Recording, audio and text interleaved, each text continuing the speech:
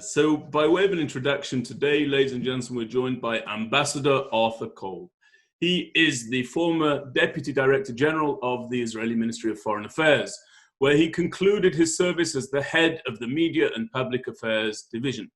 He's a former ambassador of Israel to the Republic of Serbia and Montenegro and served as instructor of the National Defense College.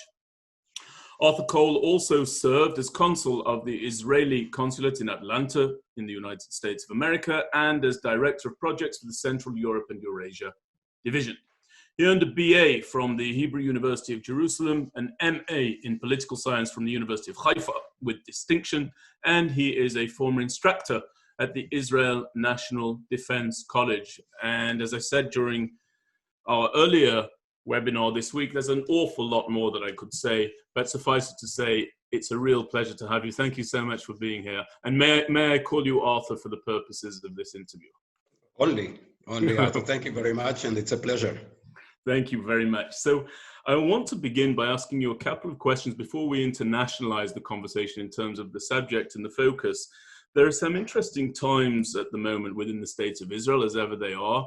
I'd like your overview of those topics, but are you comfortable with me expressing that you're an individual who identifies with the left on the political spectrum in the State of Israel, or do you take a different description? How would you describe your political positioning, Arthur?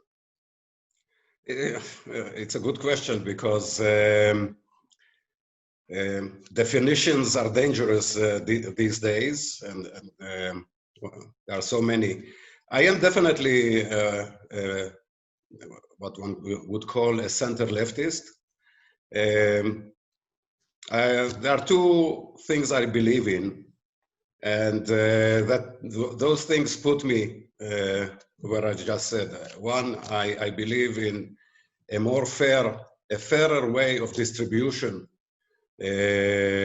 of wealth in the country. Definitely capitalism, but I think that we need to look a little bit more for our poor, for those that are unlucky, and to make sure that they catch up. And the second is I strongly support a solution on the Palestinian front with the Palestinians in a way which is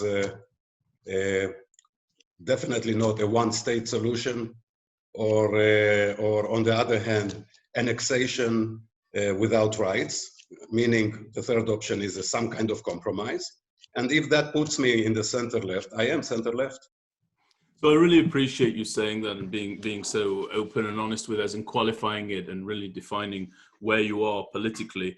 And I want to begin by asking you about the coalition in the State of Israel, because the coalition has many, many features within it. Obviously, Prime Minister Netanyahu is still at the helm of it, joined by Benny Gantz, Deputy Prime Minister and Defense Minister.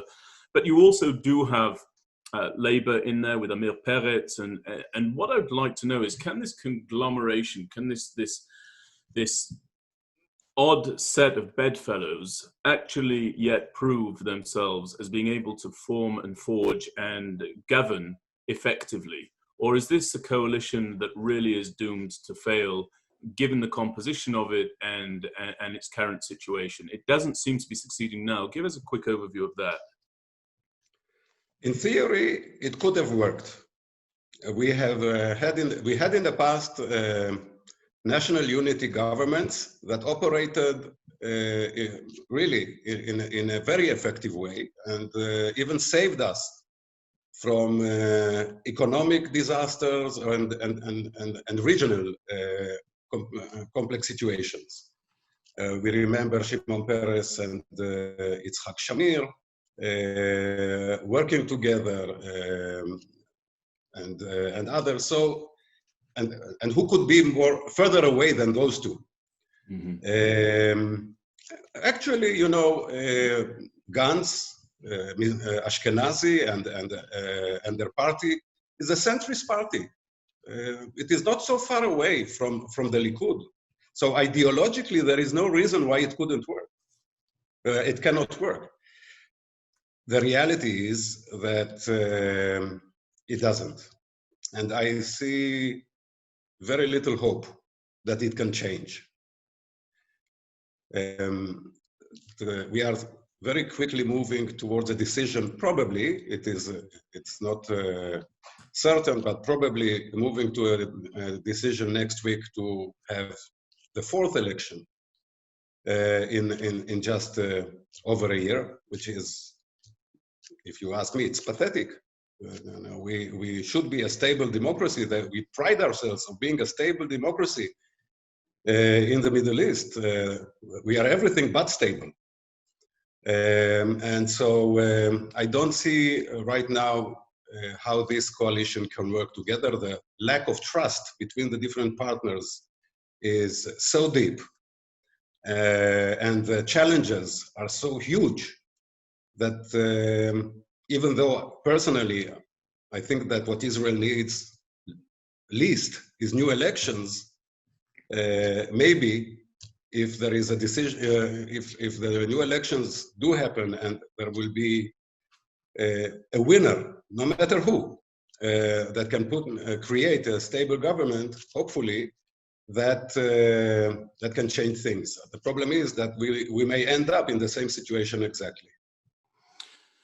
So with that having been said, in the coalition that there is, and I want to now come to your wheelhouse, we have a foreign minister, Gabi Ashkenazi. And one of the things that's gone on for the years of Bibi Netanyahu's premiership as the prime minister of the States of Israel has been an idea, a notion that he has deliberately gutted the foreign ministry, that he's decided that on foreign affairs he wants to take much more of a realpolitik approach. He wants to deploy the Mossad, the intelligence, the defense sector, and that he's really tried deliberately, as I said, to downgrade the effectiveness and the reach of the foreign ministry. And now here you have at the helm a fellow from the very sectors that Netanyahu preferred to deploy on occasions, not always, but on occasions. You have Gabi Ashkenazi, a former chief of staff of the Israel Defense Forces. Do you think that Gabi Ashkenazi can breathe new oxygen into the foreign ministry? And do you think that he has the credentials and the gravitas and the leadership, frankly, to now lead Israel's diplomatic corps? First of all, if this government will not last long, then he will not have the chance of creating a change within the ministry. But from my understanding, and I am, as you can imagine, I am in touch with many colleagues, former colleagues in the ministry. He came in after studying thoroughly the material, both when it comes to Israel's challenges and opportunities regionally and internationally, but also all the problems that you described so well, I don't want to repeat them, created by the deliberate weakening of the ministry by Benjamin Netanyahu. And he came in with clear determination to bring back the ministry to the place where a foreign ministry or a State Department in American terms should be. And he has done quite a lot already, but create real change, you need a much longer time, and we will see if he'll have it. You think the potential is there for the foreign ministry to be resurrected? It will take time. It will necessitate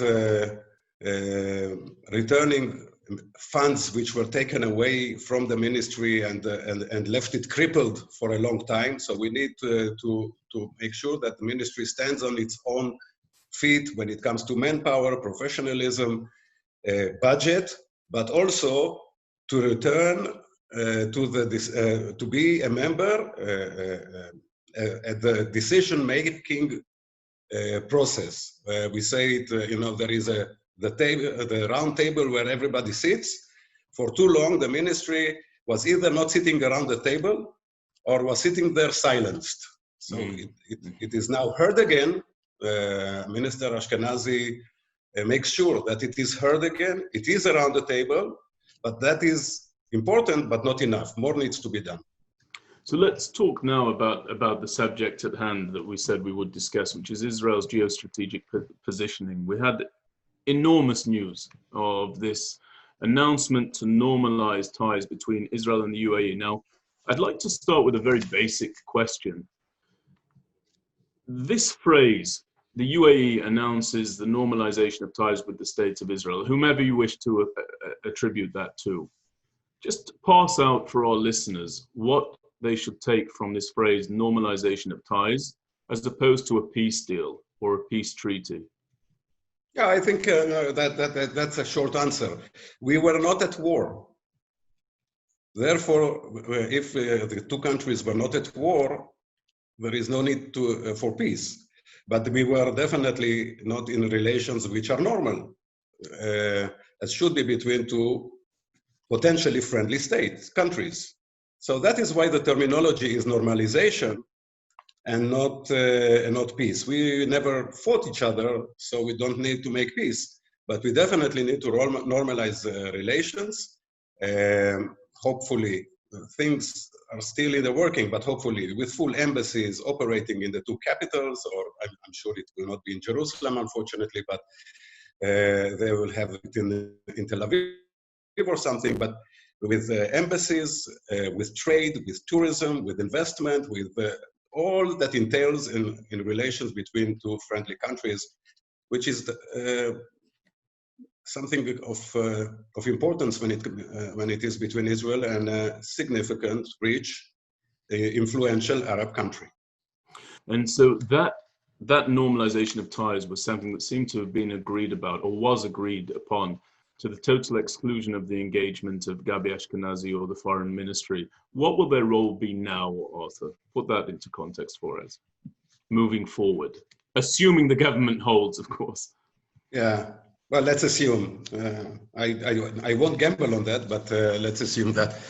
In the end, after the declaration, after the ceremony, although the ceremony is yet to come, a lot of details need to be worked out and a lot of maintenance in those relations. Those details and the maintenance of those relations will not be conducted, with all due respect, by Benjamin Netanyahu individually. You have to have a structure, a network of professionals working on it, and that is going to be led by the Ministry of Foreign Affairs, as it is in international relations.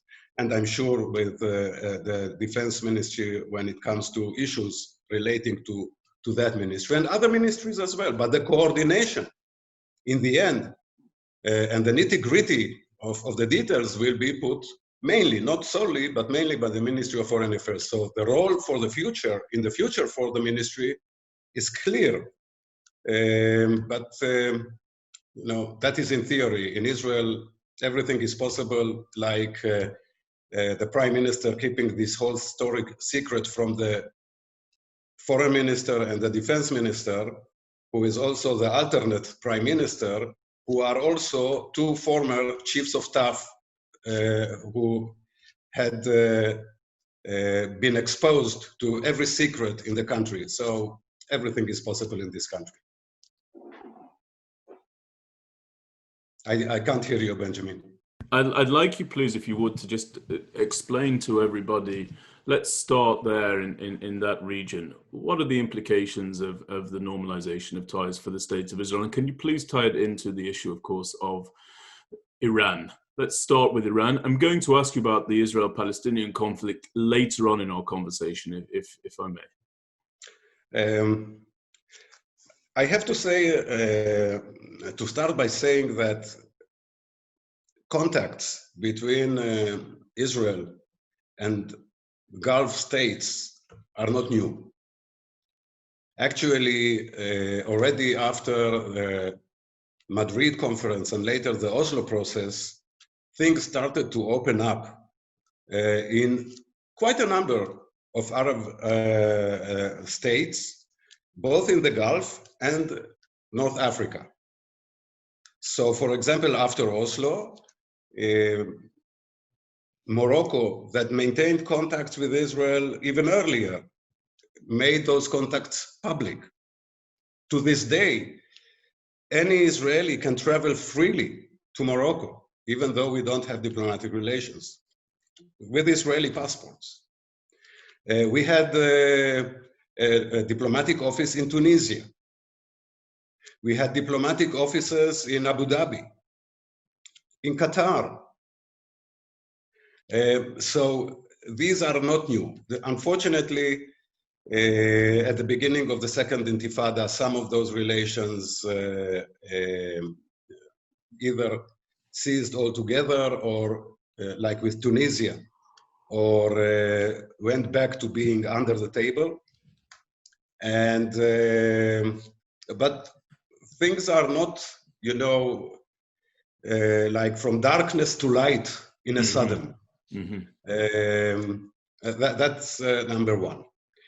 Nonetheless, normalizing relations, having embassies, you know, assuming that that will be concluded, because so far it is still in the working now. The details are still in the working. Direct flights, tourism. We have had some trade before, but I'm sure the trade and investment will increase because it is so much easier when things are open. Right. And this is with a country that is on the Gulf. On the other side of the Gulf is Iran. There is no question that the motivation, to a very large extent, is, you know, the enemy of your of my enemy is my friend. Right. That has to be, to a very large extent, the motivation. It is understandable. We are extremely concerned by the policy and the efforts of the Iranians that only today exposed 2 new long-range missiles that they developed. The Gulf states are extremely concerned as well, for good reason. And if this is what strategically brings us together, it is important for both of us. Let me ask you another question about that, which is really in your area of expertise. We had a brilliant article, in my view, it's a brilliant article put forward by one of our adjuncts. Ladies and gentlemen on the line, I'd encourage you to read this article. It's by Zachary Shapiro. And Zachary wrote the following, Arthur. I'd like to ask you to comment on it. His article is titled, "Israel Must Seize Its Moment in Abu Dhabi." And there he writes, among other things, the Israeli government should choose its first envoy to Abu Dhabi carefully and strategically. And Netanyahu should vet candidates more cautiously than he has in the past. And he goes on to talk about some of the pitfalls with Danny Dayan. You'll remember the debacle that took place with Brazil. And ultimately, Danny Dayan came and was consul general in New York. And he then goes on to say that on other occasions, Netanyahu has used diplomatic appointments to exile potential political foes like Danny Danon. Now, here's Zach's suggestion. He says, this time, Netanyahu should resist the urge to politicize the appointment. He should select an ambassador who can speak to the Emirati people articulately, an Arab-Israeli official, and he nominates 2 individuals. One is George Deek, Israel's ambassador to Azerbaijan, who has been named Israel's best diplomat in some circles, and also Ishmael Khaldi, who in July became Israel's ambassador to Eritrea. What do you think about the importance of the ambassadorial positioning, if you could talk about that, and how do you feel about getting the nominees from the background that Zach's advocating? First of all, I totally agree that the nomination of our first ambassador to the United Arab Emirates should be very carefully considered, not to commit mistakes that we have done in the past. Mm-hmm. And you mentioned just a few, I can mention a few more. But I wouldn't go that in the direction of suggesting that the first ambassador should be actually an Israeli Arab. It can be. I have, of course, no objection, but I don't think that that should be the #1 consideration. It should be a professional diplomat, an experienced diplomat who knows the region, and we have many diplomats in the ministry who know the region because, as I told you before, they served already in the region. They lived there for years. We are not starting from scratch. And I would definitely try, if I had been the one giving my opinion to the Prime Minister, I would say, don't choose anybody from the Mossad or the Shabak. Don't choose anybody from those circles that you are so used to working together and surround yourself with. Choose a professional diplomat or somebody even from the academia who has been acquainted deeply with the region, understands it, and will be well accepted by the people in the United Arab Emirates. Let's move now away from that. I want to talk a little bit about Israel's relationship with China, if I may. And one of the things that was reported is that Israel and the United States are close to signing a memorandum of understanding, an MOU, that would commit Israel to not using Chinese equipment in building its 5G networks, a US government source said over the weekend. And it then goes on to explain that Israel is close to joining the US State Department's Clean Network that was announced earlier this month. Now, Israel has obviously this issue of the Haifa port, which I'd like you to perhaps explain, and the Chinese involvement. The Haifa port and the Chinese involvement there. I'd like you to explain that. How does Israel extricate itself from that complication while continuing to bind itself ever closer to the United States of America? And do you think Israel can effectively manage, I wouldn't say this conflict of interest, but these very different strategic alliances or cooperations that they have? It is,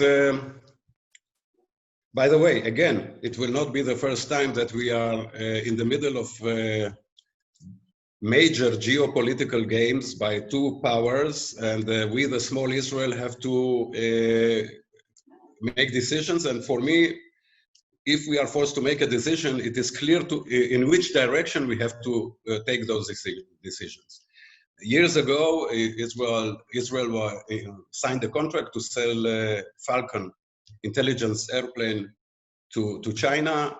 The United States objected, and we had to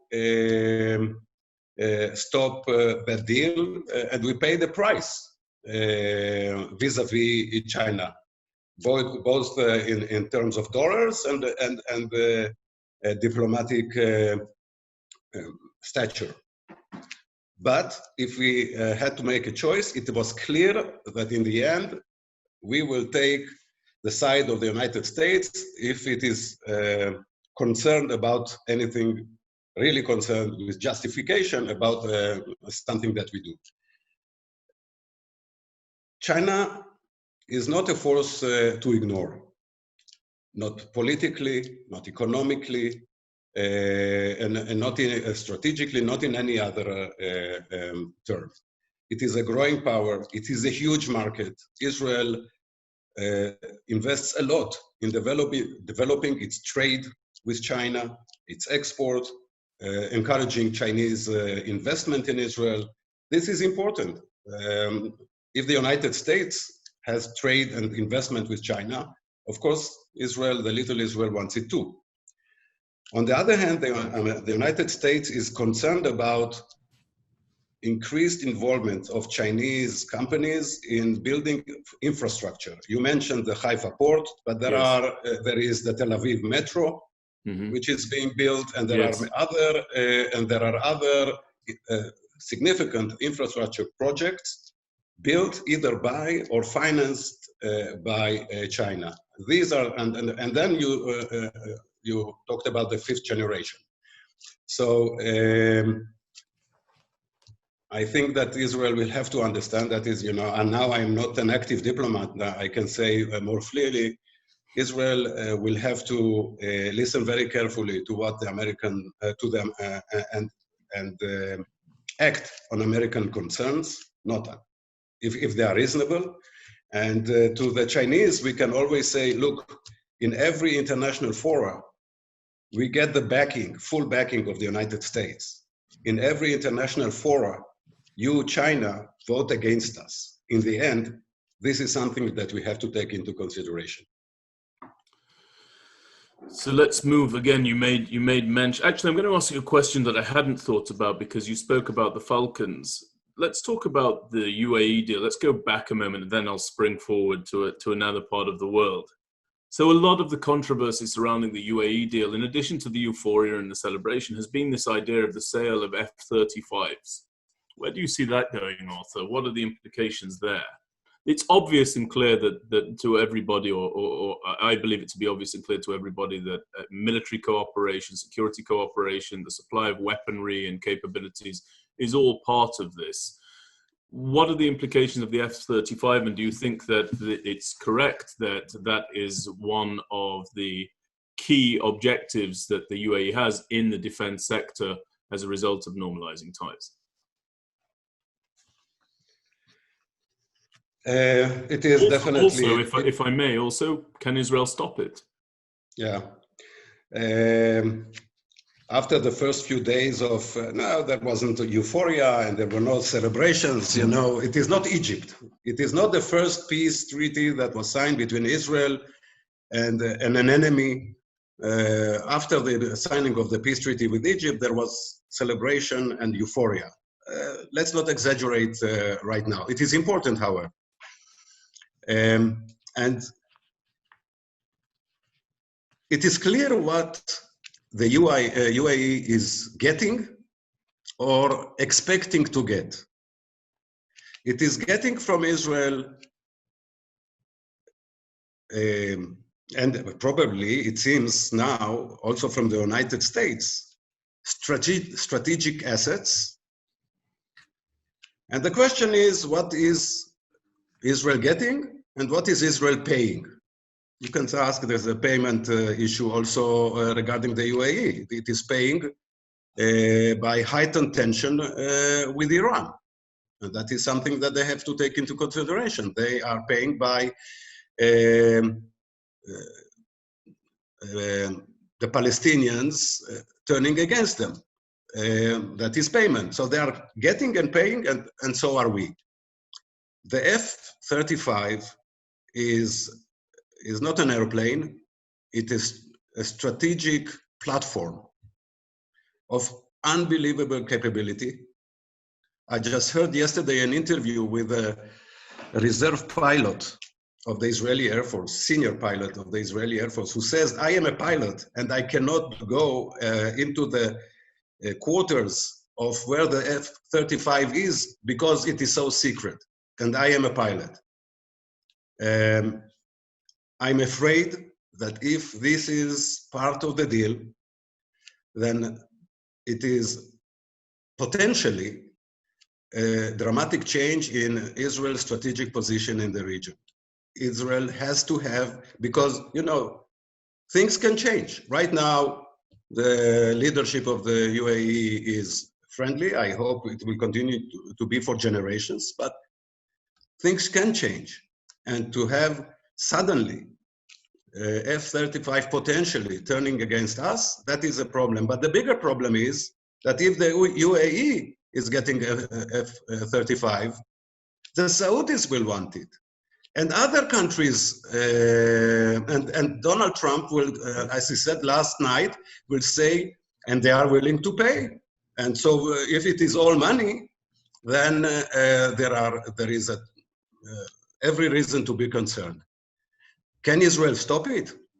Look, in the Congress, a resolution was passed years ago, which is called the QME, the Qualitative Military Edge, which is promised by Congress to Israel. The United States Congress is committed to maintaining Israel's qualitative edge in the region. But am I certain that if this deal will go to the Senate, with all the pressures of the military industry, defense industry, and so on, that they will say, no, we are not approving it because of this resolution? I hope so, I'm not sure. So let's talk about another country that can't be ignored, which is Russia. And I'd like you to please assess Israel's relationship with Russia, not only in a vacuum, but also its presence there in Syria, its relationship with Iran, and also where do you see Turkey and Russia coming into the fold with regard to the state of Israel diplomatically and in terms of security at this time? Now, I know it's a very large question, but I don't think now, and please correct me if you think I'm mistaken, I don't think that you can assess Israel's geostrategic position without talking a little bit about what's going on over there in Turkey and how it relates to our neighbors and also how it relates to a countervailing presence in the Arab world, Sunni, Shia, and so forth. Can you explain that as you see it? Just to say that the story of Russia and of Turkey are two different stories. It is true that you put them together, I imagine, because of both of them being involved quite deeply in Syria and in Libya. So these are two places where they are involved in, by the way, in Libya, not necessarily on the same side. So Russia is a major power. And it has been a major power in the Middle East until the Soviet Union, until the Soviet Union collapsed. And Russia seized the opportunity of the civil war in Syria to return. And it returned in a big way. So by saving President Assad, the assets that it received are of strategic importance. A major Air Force base and a major naval base. And these assets are now theirs. And I'm sure that the Sixth Fleet of the US Navy in the Mediterranean has to take that into consideration. That's the goal of Russia. Turkey is a different story because Erdogan slowly, but surely created a dramatic change in Turkey in this country, which was mostly secular, Western, a key member, still is a key member, but a distant key member of NATO, without really aspirations of becoming once again the Ottoman Empire as it used to be for hundreds of years. And Erdogan seems to have that kind of megalomaniac aspirations once again. Unfortunately, as part of his ideology, and he belongs to the Muslim Brotherhood, that is his ideological inclination. Right. And that brings him to become quite hostile towards Israel. I'm using British understatement. Not starting war, but very hostile. It supports Hamas. It came out against the UAE agreement last week. And I can give example after example after example.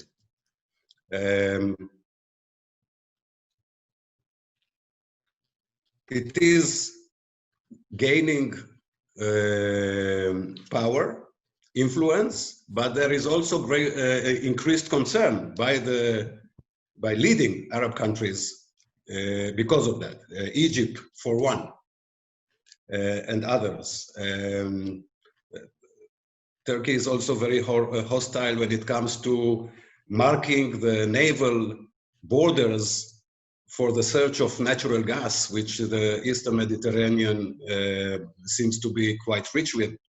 So it is now in conflict with Greece. It is in conflict with Cyprus. It is in conflict with Egypt. It has, just a few years ago, Erdogan came out with its foreign regional policy. And the regional policy that he declared is zero conflict with any of our neighbors. And from zero conflict, it seems that he is looking for every conflict that he can find. It is important. Turkey is an important country.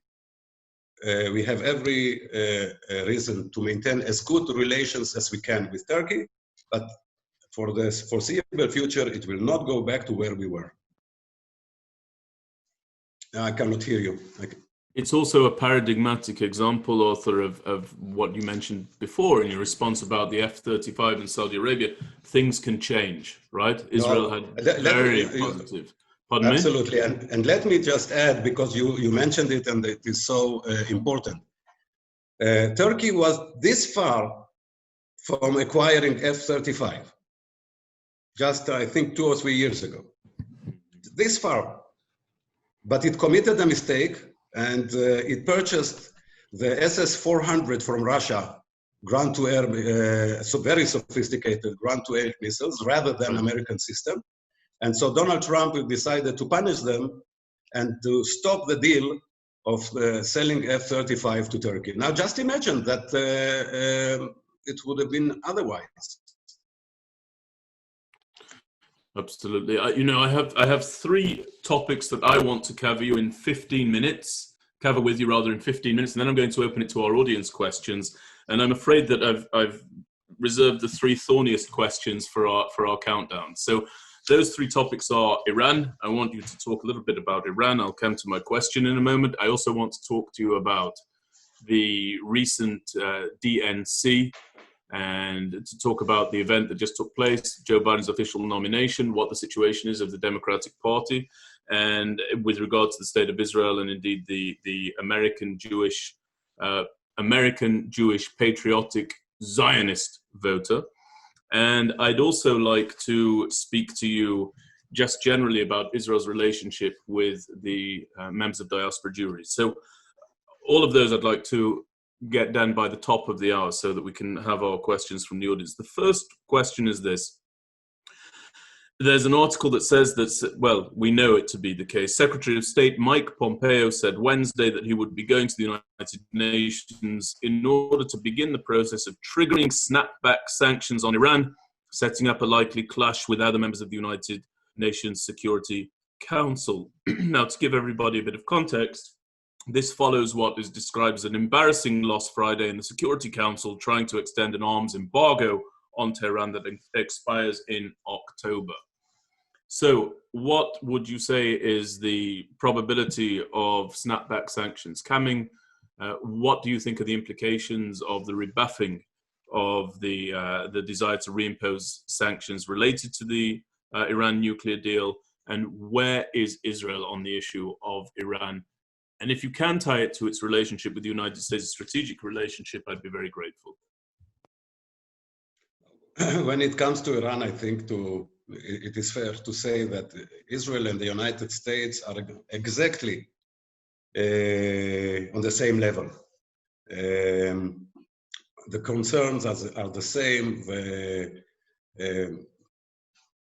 The strategic steps needed to stop Iran from acquiring nuclear weapons seem to be shared by both Israel and the United States. And of course, it is unfortunate, I have to say not unexpected, that the United States, in that sense Israel too, lost the battle, so to say, in the United Nations to extend the sanctions. It was expected. I am, being now retired for a few years, I'm not sure I know if there is a technical tool through which those sanctions can be returned. And it would be nice, to have such a technicality, a closure somewhere. I don't know of its existence. Therefore, I think that it is more a declaration than a practical step. The chances of bringing back the sanctions by the United Nations right now seem to me quite low, if not zero. However, the United States has many other ways of making sure that the world, so to say, is not jumping now, once the official sanctions of the United Nations are over, to have a free bargain, a bazaar, a Turkish bazaar, so to say, selling everything they can to Iran. First of all, Iran, of course, doesn't have so much money right now, but it has, and it will have even more once the prices of oil will go up more. So the United States has within its power many tools to ensure that no European or even Russian and Chinese companies will now jump into the water and sell everything to Iran. That is my reading of it. Okay, so I now want to turn, as I said that I would, to the DNC, and in fact I'm going to correct myself. My third issue is not going to be the relationship between diaspora Jewry and the State of Israel. I think you'll include that in your response to this section. Actually, and my third question will be with regard to the Israel-Palestinian conflict. So the second part of my of this segment is as follows. We just saw the official announcement of Joe Biden. Everybody knew it, of course, but he is the official candidate for the presidency of the Democratic Party. There are a couple of things. There's been an issue about anti-Semitism within the Democratic Party for some time. People are aware of it. I don't want you just to limit yourself to identifying areas that are thorny within the Democratic Party. I'd like you to talk about the Republican Party as well, Arthur, if you see those issues. I invite you to make us aware of those and to expound upon those. But one of the areas that was indicative of a pending issue, a coming problem, perhaps even a coming storm, is that Joe Biden personally intervened to keep the word occupation out of the official Democratic platform.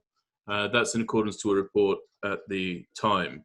Now, it's said that prior to Biden's intervention, progressives in the party had secured agreements to include the word for the first time in the Democratic platform. The Democratic platform, however, also condemned the boycott Israel movement. Now, why do I mention this? Because there has been, and you and I have spoken about this offline several times, there has been this growing sense of an anti-Semitic presence there within the party. And people talk about that and they focus upon that. But here we have the nominee proactively inserting himself to prevent language that would be increasingly adversarial towards the state of Israel. So that's a positive sign that I see. There's also the other side of it, which is you might be able to stymie that at this moment, but it seems that it's almost inexorable at this stage in some people's minds. Can you assess the position of Joe Biden as the nominee? And can you assess the position of the Democratic Party with regard to the state of Israel, please? First of all, let me just, for the record, say that it is not the first time and not the last that in both parties, before the convention, there are all kinds of versions and texts being exchanged where pro-Palestinian members in either party try to include language favoring them, and this is the political game. This is the final wording is in the end what counts. And in the past we had similar attempts to include occupation and this and that, and this would not be the first time. But to the larger picture, yeah, I think that there are segments within the Democratic Party which are more distanced from Israel than we saw in the past. Of course, that doesn't include all of the Democratic Party, but in the last few years particularly, we saw trends, language, and elected officials, which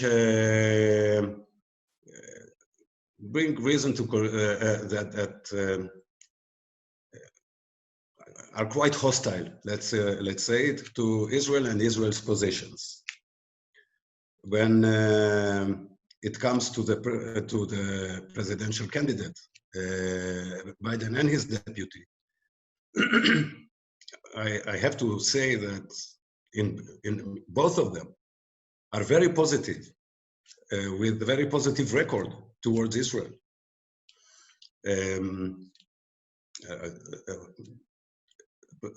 Both in voting, in statements, during visits, during speeches at APAC. We have the number one and the number two with great record. And they are both committed to Israel's well-being, security, against, as you said, boycotting Israel, against imposing a settlement on Israel. And in that sense, I think that there is no reason to be concerned. What do you think about the relationship between, still on the same section, the relationship between American patriotic Zionist Jews and the states of Israel? And there is a great deal of tension at the moment, and I'm hearing it from people. Those who traditionally vote Democrat are concerned about the growing anti-Semitism they see in the party. Those who vote Republican traditionally are concerned about the implications of the president and his policies domestically in the United States of America. And this is bringing attention amongst some. Now, I want to emphasize the first loyalty of these American Zionist Jewish voters is to the United States of America. But the issue about which I'm speaking, namely Israel's relationship with the United States, is something that they consider as in America's interests. And they do express this profound tension and torment inwardly on either side of the aisle. What would be your words to the American voter from the Jewish community? It's a huge issue. I would love to do another webinar one day on this specific issue of Israel diaspora and Israel-American Jewish relations. It is a matter that I'm following very closely, and it is dear to me. First of all, let me say that in the same way that there are concerns about certain segments within the Democratic Party when it comes to their policy attitude towards Israel, there are certain segments within the American right which, as you know, have a very problematic position regarding Israel, but even more so regarding Jews. So, extremes on both sides exist. But I don't want to talk about the extremes. I want to talk about the mainstream on both sides, because for me, that is the main issue. That is the point number one. The second issue is, and again, American Jews vote against in the American elections based on their views regarding their life in America. That is their number one consideration. But for many, the American policy towards Israel is a significant issue as well. And what concerns me to a larger extent for a number of years, and I don't see that diminishing, on the contrary, I see that as the rifts within the Israeli society deepen, so do the differences between the certain groups in America deepen. I am concerned because even if they don't say that, somebody like me, who defined himself in the beginning of this discussion as a center-left, I walk in the streets of Jerusalem, and had people I walk by would know that I did not vote for Bibi, they would call me a traitor. I know of American Jews who look at somebody who does not support Bibi or a right-wing government, who think that is on the verge of treason, but if not, definitely not patriotic. I am not patriotic enough. Now, let me say that for 35 years, I served the Israeli government, every government, right, left, and center, during those years, as a diplomat, with full commitment to serve my country, not any specific leader, to serve my country. And before that, I was an officer in the IDF. And I educated my children to serve their country. Both of them served as combat soldiers in the army, and they still today do reserve duty in their tank units in the army. And I pay taxes, and I care about this country. Like, you know, whenever I land from now, there are no flights because of the COVID, but whenever I come back from a flight from abroad and I land at the Ben Gurion airport, I swallow, you know, with excitement because I come back to Israel. And the language used both in Israel, but both among some, or the attitude towards those who are not supporters of Bibi or the Israeli right coalition, is a major concern. I told you, we spoke a few days ago, that now as a sidekick, I'm doing the course to become a tour guide. I do it for the fun of it, and I want to study. But I just, you know, last week or two, we went on tour and to see the Siur Beit Rishon and Siur Beit Sheni, the second temple and the first temple ruins. And I read about I read about the fall of the second temple. And we all Jews talk about, you know, the second temple fell because of Sinat Chinam, because inner hate between the Jews. But I now know the details. They killed each other. The Romans were circling Jerusalem, and the Jews between killed each other. They burned the stocks of food, so they were left without food during the siege. And this was done Jews by Jews, Jews to Jews. We have to stop this language. We have to stop this disregard to opinions of others, disrespect to opinions of others. If there is one thing that I cannot forgive leadership in Israel, is the language of division. Division is not the way to win elections. You can win elections, unfortunately, by division, but this is not the right way, because you can bring the whole house down. With that, I'm done. Well, thank you for sharing that with us, Arthur. I do know that you're deeply impassioned by this subject, and I do know that you've given the best of yourself across a storied career in service of the State of Israel. And absolutely, we'd be honored to have you back to do that webinar, and maybe you would publish something for us as well.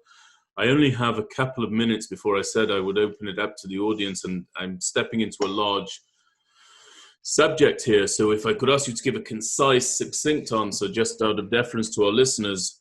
The UAE normalization of ties with the State of Israel is wonderful. It has not remedied, it's possibly worsened the situation between Israel and the Palestinian Arabs. What is the situation there? What are the next steps from Mahmoud Abbas, from Hamas? What should Israel be doing next in order to bring about the yeah. I don't think that the UAE deal worsened the situation vis-a-vis the Palestinians. I think it's a reflection of their weakness. It didn't, you know, the Palestinians have committed so many mistakes along the years, and they are so isolated, and they are so, you know, insignificant, so to say, in the power game of the region, of course, globally as well, that, you know, that the fact is that the UAE signing or not signing this agreement with Israel, who asked them at all? And that is the reflection of their weakness. It doesn't mean that Israel did not pay a price for this UAE deal or normalization. The fact that the first statement by the UAE was that normalization was in return for Israel dropping off the table the annexation is a price to pay. It is interesting, by the way, we talk about perceptions. There was a poll a few days ago testing what the Israeli public thinks about the UAE deal. And with this, I will end the Palestinian issue because it's connected. I think that the Israeli public is quite clever. 63% see in this deal an achievement of Benjamin Netanyahu. So he gets the credit for reaching this normalization. 62% of the Israeli public see this agreement, say that by taking off the annexation, Netanyahu broke a direct promise he made before the elections and after the elections. So they say it's an achievement, but he broke the promise. And 77% of the Israeli public prefer this agreement over annexation. So this doesn't surprise me. Most of the Israeli public, in reality, don't see any benefit from the annexation. Actually, I don't happen to agree, but most Israelis think that the status quo is good enough and we can continue like this forever. I don't think we can continue like this forever, but the status quo right now seems to be stable with hiccups, particularly vis-a-vis the Hamas, but the Hamas has nothing to do with anything because it's a terror organization. Again, I cannot hear you. I know there's so much more that you could say. I will just say that I also belong to that 30% of Israelis who is in favor of the application of sovereignty in the Jordan Valley for various reasons, and I'm published on that subject. But as the Institute prides itself in doing, we've got a range of views about that particular topic. I'm going to open this up to questions from the audience. I'd like to begin by just giving an instruction about how to ask a question, ladies and gentlemen. So there are two rules here. Number one is please one question, one answer, and the other one is please no speeches disguised as questions. So that means if you could please ask your question in a format that takes no more than 15 seconds, we'd be very, very grateful. And Ambassador, I'm just struggling a little bit with your spectacles at the moment, if you want to come back to us.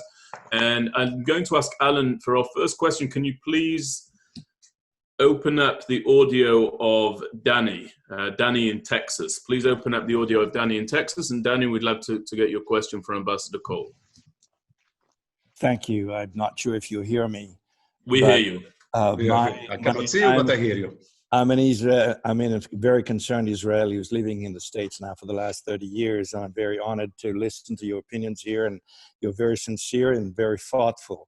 I thought that I would like to ask you one major question, which appears to me quite a breakthrough with this unique agreements with the UAE. I believe that this is the first opening situations which we've never really, even though we tried in the past, it's going to open up potential relationships with major other countries, major influential Arab countries, such as Saudi Arabia, Morocco, Qatar, Oman, and the rest of them. And I believe that this could be a major influence on the Palestinians, potentially to change their way of thinking and probably to reach the goal of what we would like to reach is a final solution in the Middle East. I would like to hear your opinion on that. Firstly, let me say that I fully agree that there is hope and potentially there is a chance that the UAE agreement will be followed by others. Who can those be? There are a number of candidates. Saudi Arabia already clarified a few days ago it is not going to be the next one because it stated that it continues to support its own initiative for regional peace, and there is not going to be a normalization before an agreement between Israel and the Palestinians. So that is of the, but on the other hand, they did not criticize, of course, the agreement between us and the UAE. But there is Qatar, there is Oman. Qatar is a complicated story because the majority of the population in Qatar, if you don't know, I remind us all, are Shiites. And there is a large segment of the population in Qatar that is quite pro-Iranian, so they are in a sensitive situation. Morocco, maybe, but no matter what, there is hope that there is going to be some kind of continuation, and it is a positive step. Will it have an effect on the Palestinians to move forward? I think that the Palestinians right now are in a deadlock. Personally, I don't think that Abu Mazen can lead any significant move or change in the Palestinian attitude towards an agreement with Israel. And unfortunately, I think that until he is not replaced democratically, of course, by somebody else with the stature, with the willingness to change course with Israel, that will not happen. There are many in the West Bank amongst the Palestinians, I'm sure in Gaza too, that see the futility of their negative, absolute negative attitude towards any agreement that Israel brought to the table until now. It is not Israel that is isolated, it is them that are isolated, and there is a call to change course, but they lack the leadership, and as leadership in the end is very important. They don't have it. Thank you very much, Arthur, for that, and thank you, Danny, for your question. We're going to move on to our next questioner. It's Zach, the individual that I told you penned the op-ed that you commented on. And Zach, if you could just tell us very, very succinctly your name and what you're up to. Obviously, everybody knows that we have the honor of you being a publishing adjunct at the Miriam Institute. And then fire away your question within 15 seconds. Sure. Thanks, Benjamin. I'm Zach. I'm a master's candidate at the Fletcher School of Law and Diplomacy at Tufts University. I was previously a research associate at the Council on Foreign Relations. Ambassador, thanks so much for talking to us. I'd just like to ask you, drawing on your many decades of experience in the diplomatic field and your experience as an ambassador for Israel overseas, what's your advice, or what would be your key pieces of advice to the incoming Israeli ambassador to the United Arab Emirates, whomever Prime Minister Netanyahu decides to select? Well, that's a big one. To make sure that he is extremely modest, that he's not behaving like an elephant in the glass room like some ambassadors do. Like a bull in a china shop. That's how you call it there. In Israel, it turned into an elephant. But the bull is as good as any. And to fully understand the culture, the sensitivity, and the geopolitical position of the UAE, in other words, to stop thinking, to serve Israel, but to think as a member of the UAE elite, to fully understand the elite of the UAE in order to make sure that he serves Israel in the best way. And to be culturally and otherwise very sensitive, and to come with modesty. But I have to say that by and large, that has been the case with Israeli ambassadors to Arab countries. I'm not concerned about that. Thank you very much. I'm going to ask, please, we're going to take one last question, and we're going to take it from Lawrence. Lawrence, if Alan can unmute you, please. Again, if you can just tell us very briefly about yourself, and then ask a question in no more than 15 seconds. Lawrence, you're on. Alan, are you able to unmute Lawrence? Yeah, he has to accept the unmute. Okay. So if he doesn't within the next couple of seconds, I'm going to move on to the next question. Okay, so he may not know how to unmute himself. Forgive me for that. Okay, we're going to move on. Alan, you can drop that opportunity if you would. Let me just go through the written questions, if I may. Arthur, I'm going to bring up one of our written questions. You know, we take them prior to the webinar beginning. Okay. So I'm going to take a question here from Susan, and I would like to implore, by the way, our listeners, because I know we have a number of women on the line with us, and we're experiencing this in many of our events.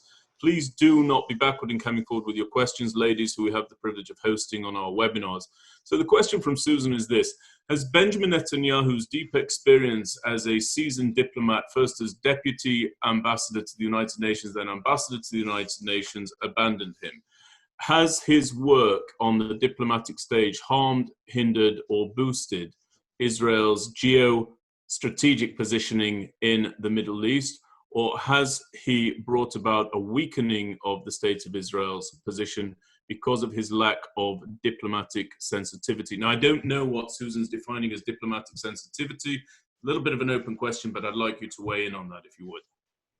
Yeah, look, I'm not sure I understand fully the intention of the question.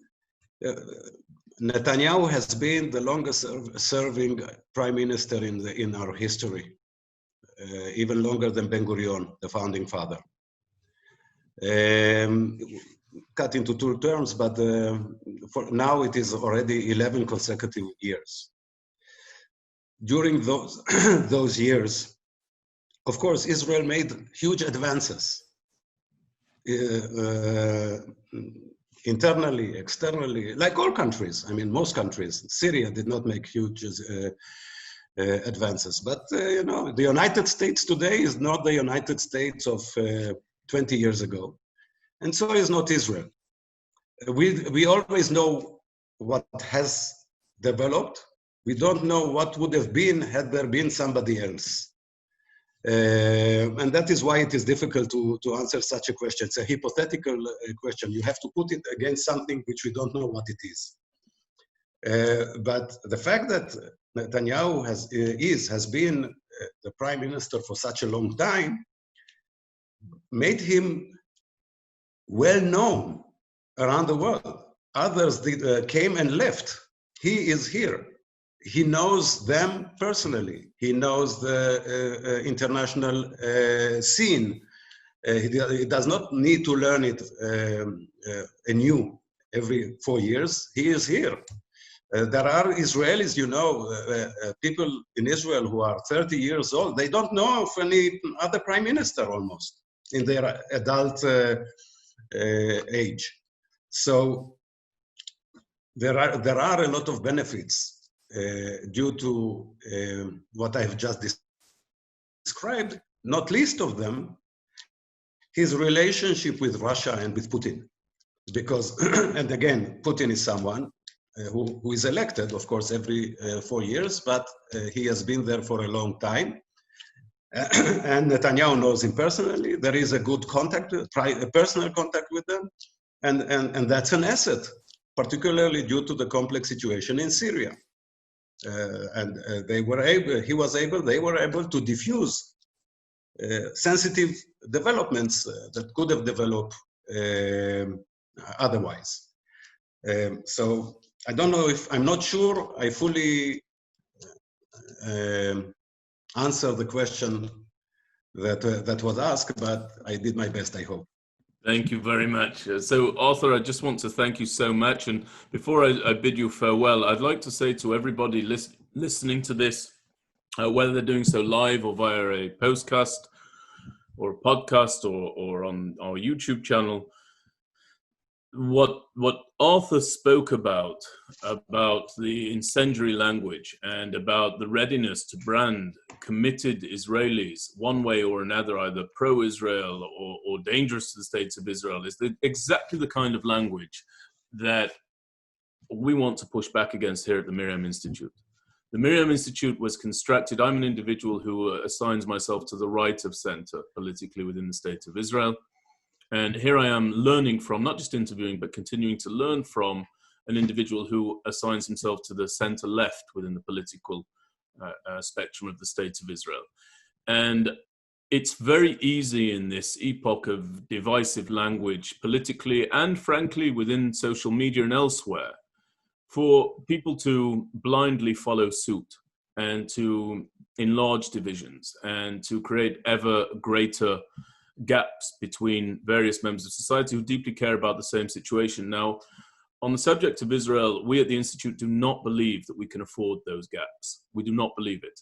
And it would be very, very intuitive and even sensible for us to do what many organizations are doing, the right going more to the right, taking votes and donors with them, and the left going more to the left and taking votes and donors with them. And all of that's possible, but it's not what's needed.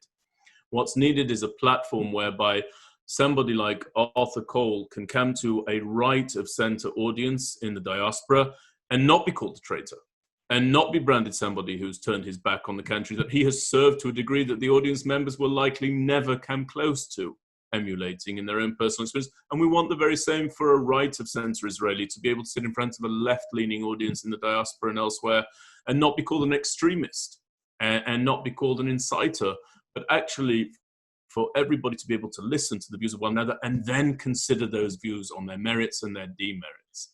And so if you espouse that ethos yourselves, I'd like you to consider investing in the Miriam Institute. You can do it via our donate page. We really are working to build a greater, more nuanced, more informed, better educating conversation about the state of Israel.